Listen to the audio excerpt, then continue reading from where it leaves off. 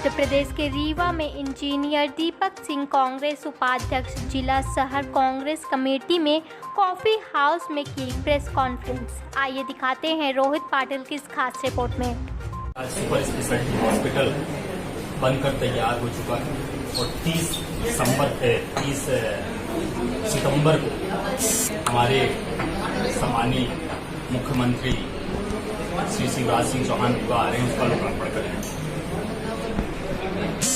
मैं कुछ साक्ष्य आपके सामने रखना चाहता हूं जिससे आपको ये पता लगेगा कि ये किसकी देन है और किसकी वजह से आज इतने बड़े हॉस्पिटल का शुभारंभ शिवराज सिंह चौहान जी कर रहे हैं। अभी कुछ दिनों पहले हमारे स्थानीय विधायक जी के द्वारा प्रेस वार्ता की गई। उन्होंने ये कहा था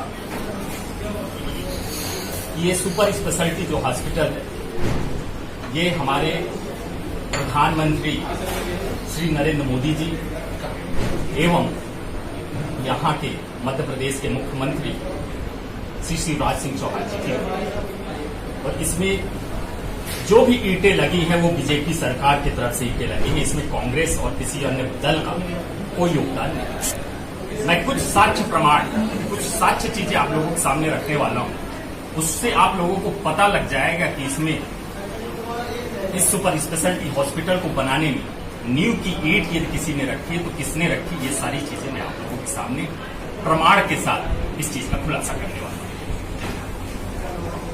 2014 में जब यूपीए की गवर्नमेंट, जब हमारे अर्थशास्त्री और यशस्वी तत्कालीन प्रधानमंत्री डॉक्टर मनमोहन सिंह जी देश की कमान संभालते थे, उन्हीं के कैबिनेट में श्री गुलाब नबी आजाद जी स्वास्थ्य कल्याण मंत्री थे।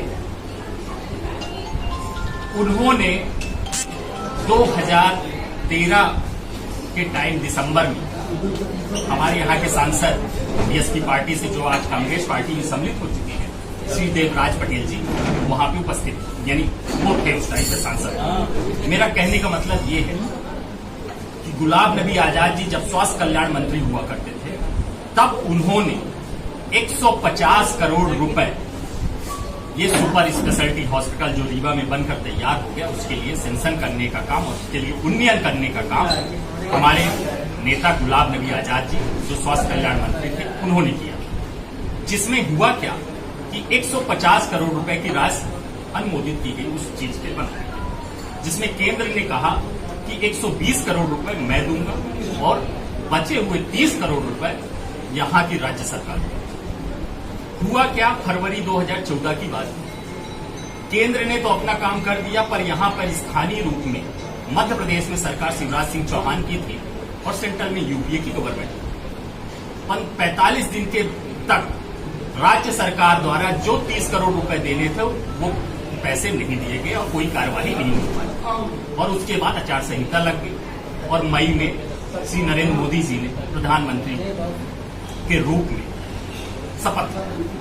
उसके बाद की बात यह है कि शिवराज सिंह चौहान जी ने जो 30 करोड़ रुपए सेंशन इनको राज्य सरकार से करने थे उसके बाद उन्होंने सेंशन कर दिया जब केंद्र में बीजेपी की गवर्नमेंट है। मेरा कहने का मतलब ये है कि बीजेपी की सरकार जो है ये दिखाना चाहती है, ये बताना चाहती है कि ये जो चीजें बनी हैं वो मेरे द्वारा बनी, इसीलिए उन्होंने 30 करोड़ रुपए का सेंशन होने नहीं दिया। और जब प्रधानमंत्री नरेंद्र मोदी जी बने, बीजेपी की सरकार केंद्र में बनी, तब यहाँ के मुख्यमंत्री शिवराज सिंह चौहान जी ने उसका 30 करोड़ का दिया। मैं आप लोगों को ये बताना चाहता हूं कि ये झूठों की सरकार है। जिस तरह से इन्होंने उपचुनाव के पहले जो उपचुनाव हो रहा है जिसकी वजह से खरीदारी ये सारे काम करने के काम बीजेपी सरकार हमेशा से पहले से भी करती है। और मैं ये आप लोगों को बताना चाहता हूं कि झूठ से बनी इमारत एक दिन सच के सामने ढल भी जाती है और सच्चाई एक न एक दिन जनता को पता ही लगती है। मेरे पास एक लेटर ऐसा पड़ा हुआ है, ये आप लोगों को सबको एक एक कॉपी मिलेगी। ये गुलाब नबी आजाद जी का लेटर है जो कि यहाँ के सांसद जी को लिखा गया था। इस लेटर में उन्होंने इस चीजों का, सारी चीजों का जो मैंने कहा है उस चीजों का विवरण है। मुख्यमंत्री जी 30 तारीख को आ रहे हैं। मेरा आप सभी से अनुरोध है, निवेदन है कि ये सवाल आप उनसे जरूर पूछिएगा कि ये किसकी देन है और किसकी वजह से आज ये इतनी बड़ी इमारत यहाँ पे खड़ी हुई है। लास्ट चीज मैं ये आप लोगों को बताना चाहता हूँ, इस झूठ को हम जन जन के पास जाएंगे और इसको बेनकाब करने का काम करेंगे। हम सब कांग्रेस के लोग, ये हमारे समाज सेवी रत्नेश पाठक जी यहाँ पे बैठे हुए हैं, नई गढ़ी से आए हुए हैं। ये प्रकाश सिंह है जो कि शहर की राजनीति और शहर के समाज सेवा का काम करते हैं। बगल में हमारे गोलू भैया बैठे हुए हैं, गोलू साकेत जी, वो भी मुक्ता के साथ मनगवा में अपने युवाओं के बीच बात है। लास्ट चीज, कृषि बिल और बेरोजगारी और बिजली का जो निजीकरण हो रहा है उसके विरोध में हम लोग 1 अक्टूबर को स्वामी विवेकानंद पार्क कॉलेज चौराहा से कमिश्नरी जाएंगे और कमिश्नर जी को ज्ञापन देंगे। कृषि बिल के बारे में सबने बात की है, पर किसी के पास आधी अधूरी जानकारी है, किसी के पास पूर्ण जानकारी है। मैं आप लोगों को ये बताना चाहता हूं कि जिस तरह से ये निजीकरण किया जा रहा है मंडियों का, और जिस तरह से किसान स्वतंत्र हुआ करता था, कहीं न कहीं उसकी स्वतंत्रता पे भी रोक लगाने का काम केंद्र की सरकार नरेंद्र मोदी जी कर रहे हैं। आप अध्यादेश ले आ देते हैं, राष्ट्रपति जी के माध्यम से 5 जून 2020 को अध्यादेश लाया जाता है और उसके बाद संसद में, लोकसभा में आपकी बहुमत होने के कारण आप वो विधेयक पारित करवा लेते हैं, पर राज्यसभा में जब होता है तो ध्वनि मत होता है।